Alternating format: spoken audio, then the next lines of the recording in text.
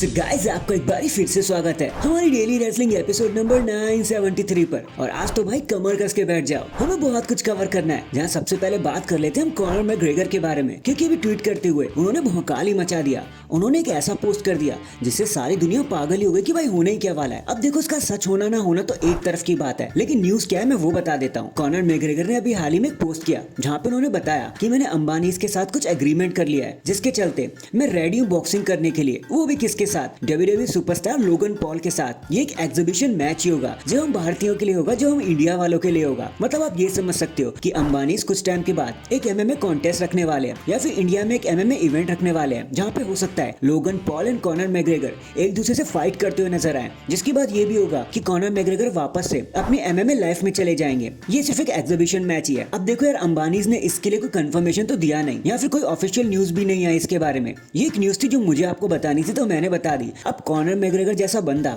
इतना high profile wrestler, अगर अपने ट्वीट या पोस्ट पे कुछ लिखता है तो भाई उसके ऊपर ध्यान देना तो बनता ही है। बाकी ये जैसे भी ऑफिशियल होगा, जहां भी ऑफिशियल होगा, हम आपको जरूर बता देंगे। इसलिए चैनल को अभी लाइक एंड सब्सक्राइब कर दो और वीडियो को एंड तक पूरा देखना है आपने, क्योंकि भी बहुत मजा आने वाला है। क्योंकि हो सकता है AEW से एक स्टार उठकर WWE में आ जाए रॉयल रंबल के अराउंड, तो ये देखना तो बनता ही है। फिलहाल के लिए एक इंट्रो मार लेते हैं। एंड नाउ आप देख रहे हैं रेसलमैनिक्स एंड सब्सक्राइब करना तो बनता है। तो गाइस सीधे शुरू कर लेते हैं मंडे नाइट रॉ की व्यूअरशिप से, क्योंकि WWE के हाल फिलहाल के रीजन कुछ ज्यादा ही खराब चल रहे हैं। वो सर नहीं उठा पा रही। देखो यार, पहले तो ये है कि जब से रॉ USA नेटवर्क पर क्या आया है भाई, उसकी पनडुब्बी ऊपर ही नहीं आ रही, डूबे ही डूबे जा रही है। कभी 1.7, कभी 1.8 तो कभी 1.6, और इस हफ्ते तो और भी मामला डूब गया क्योंकि रॉ को मिले हैं महज 1.522 मिलियन की व्यूअरशिप। और भाई इसी रीजन की वजह से तो WWE उठकर नेटफ्लिक्स पे पहुंच रही है, क्योंकि भाई USA नेटवर्क ने तो स्मैकडाउन का भी हाल खराब कर दिया। स्मैकडाउन कहां फॉक्स पर 2 मिलियन छाप रहा था और USA नेटवर्क पर आकर भाई उसकी भी नैया डूब गई।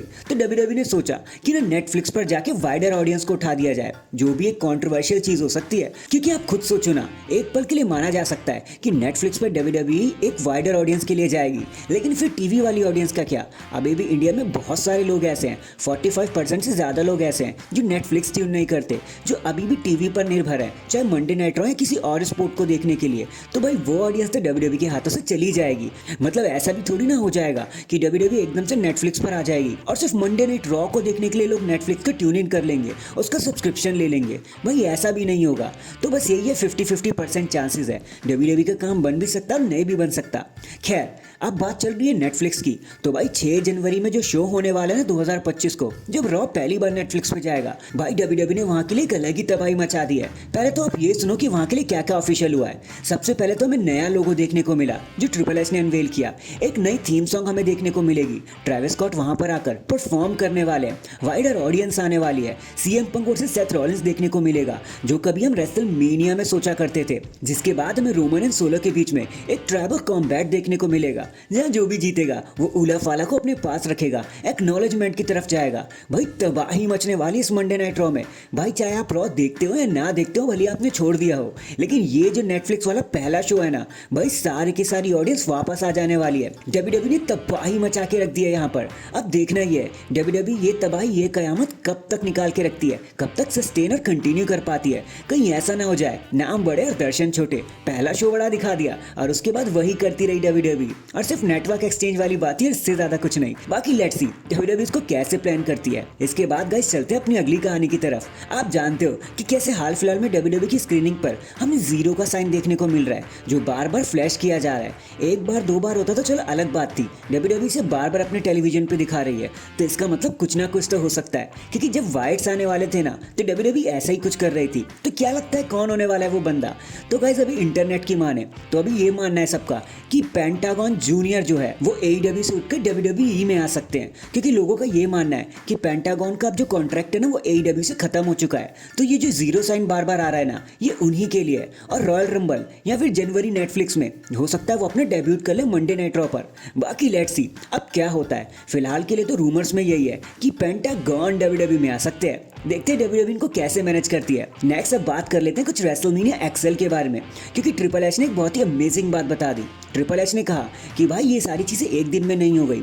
आपको अगर लगा होगा कि अंडरटेकर एकदम से आने को मान गए, तो भाई ऐसा कुछ भी नहीं था। हमें हफ्तों लग गए उनसे बात करने में। अंडरटेकर ने क्लियरली बोल दिया था कि भाई मैं नहीं आना चाहता, मैं रिटायर हो गया हूँ, मेरी जो हैट और जैकेट है ना वो रिटायर हो चुकी है, मेरे को नहीं आना। तो सिर्फ ट्रिपल एच नहीं बल्कि वहाँ पर द रॉक को भी सामने आना पड़ा। द रॉक ने बहुत कॉज लगाई दी अंडरटेकर के, भाई आपको आना चाहिए कि बहुत बड़ा बैंगर होगा। ट्रिपल एच को बहुत वक्त लग गया ये समझाने में कि भाई अगर तुम आते हो तो 80,000 लोग तबाही मचा देंगे, चिल्लाने लगेंगे। और वैसे ही कुछ रेसलमेनिया एक्सेल में हमें देखने को भी मिला।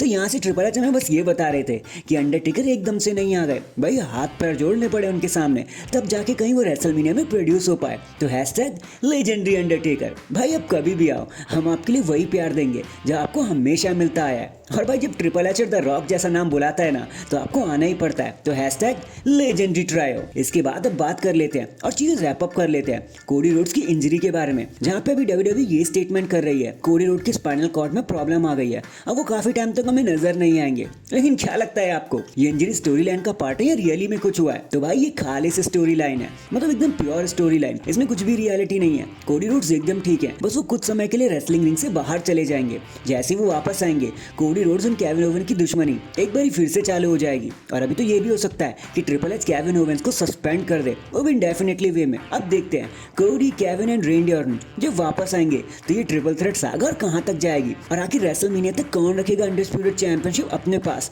देखने में मजा तो बहुत आएगा। So that is it guys, अभी के लिए तो बस इतना ही। आप बताओ यार, आपको क्या लगता है सारी सिचुएशन के बारे में?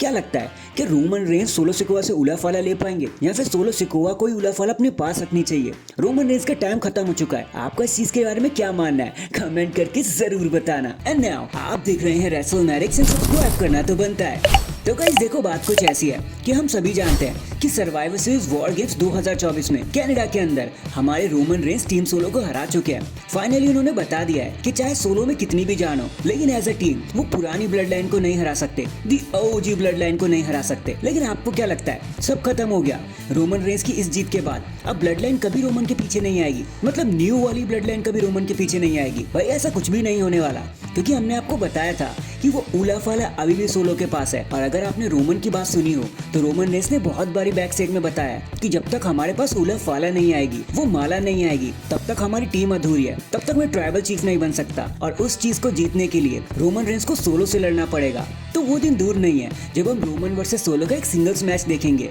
और जब तक रोमन रेंज सोलो सिकोवा से वो उलाफाला नहीं ले लेते, तब तक ये सब खत्म नहीं होगा। और ये भी हो सकता है कि रोमन एंड सोलो रेसलमेनिया 41 तक खिंच जाए, ताकि इसको एक बड़ा स्टेज भी मिल सके। क्योंकि रोमन और सोलो अगर एक दूसरे से मिलेंगे तो भाई वो छोटा मोटा इवेंट नहीं होने वाला, एक बहुत बड़ा पैसा लेकर आएगा डब्ल्यूडब्ल्यूई के लिए। तो देखते हैं अब डब्ल्यूडब्ल्यूई इस मैच को कब तक बुक कर सकती है, कब तक फुली प्लान करेगी, और कब हमें फाइनली सोलो वर्सेस रोमन के बीच में एक फाइनल शोडाउन देखने को मिलेगा, जो होगा final climax the blood line saga का। बाकी क्या आप ये बात जानते थे? कमेंट करके जरूर बताना। और अगर चैनल पर नए हैं तो चैनल को अभी लाइक एंड सब्सक्राइब कर दो। बाकी मैं मिलता हूँ आपसे किसी और अपडेट के साथ। अब तक के लिए अपना ख्याल रखें और खुश रहें।